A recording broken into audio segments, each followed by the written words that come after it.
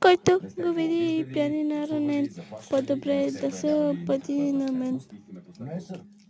Не съм. Доктор Бранамон, открили сте още нещо в кръвта на жертвата, нали? Да, в кръвта на Марк Блекуел имаше оксикодон с парацетамол, перкоцет. В лабораторията сте установили 2,3 промила алкохол. Да, Това състояние може ли да кара колело в права линия?